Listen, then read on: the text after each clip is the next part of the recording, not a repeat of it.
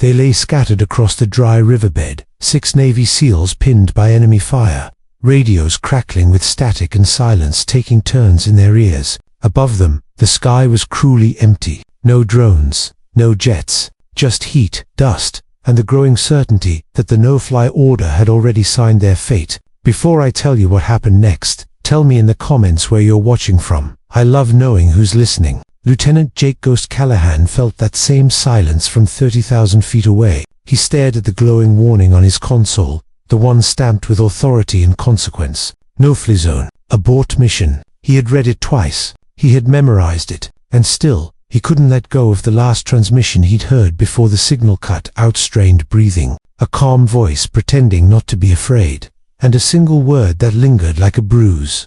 Overrun. Jake had promised himself he'd never let emotion fly the plane. Promises were easy in classrooms and simulators, harder when you knew men were bleeding below, counting seconds like prayers. He thought of his first deployment, of the pilot who'd arrived late, of the body bag zipped too fast. He swallowed, hands trembling just enough to notice. On the ground, Chief Morales pressed his helmet to the dirt, listening to bullets snap overhead like angry insects. His team moved with discipline, but even discipline frayed when hope thinned. Ammunition was running low, so was time. He caught a glimpse of fear in a younger SEAL's eyes, quickly masked by grit. Morales nodded anyway. We're still here. That had to be enough. The air changed first, not a subtle shift that made dust lift and hang in the sunlight. Someone whispered, almost embarrassed to say it aloud. Do you feel that? They didn't dare look up. Disappointment hurt worse than fear. In the sky, Jake broke the seal. One switch,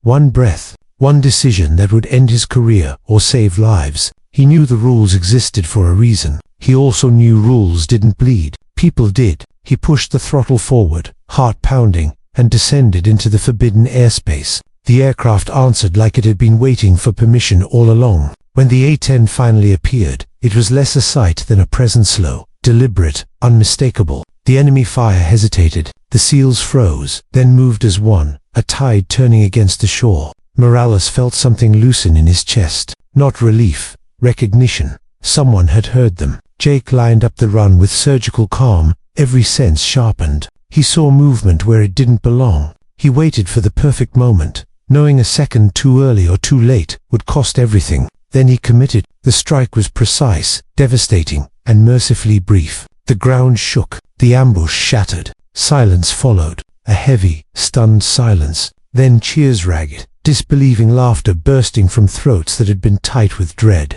Morales dropped to one knee, not from injury, but from the weight of surviving. He looked up, raising a fist to the sky, unsure if the pilot could see it. Jake saw it anyway. The extraction came fast after that. Hands clasped shoulders, helmets knocked together. Even the medics smiled. But as the adrenaline faded, the moral question settled in. Jake knew what awaited him: investigations, reprimands, the quiet exile of doing the right thing the wrong way. He accepted it before he landed. Weeks later, in a hangar filled with murmurs and stillness, Morales stood before a small crowd. He spoke plainly, without heroics. He spoke of a pilot who chose people over orders. When the applause came, it was sudden and fierce, echoing off steel walls. Jake kept his eyes down, overwhelmed, humbled. The truth was simple and heavy. Courage isn't the absence of rules, it's the willingness to bear the cost of breaking them when lives depend on it. Because courage doesn't vanish, it waits, and it finds its way back.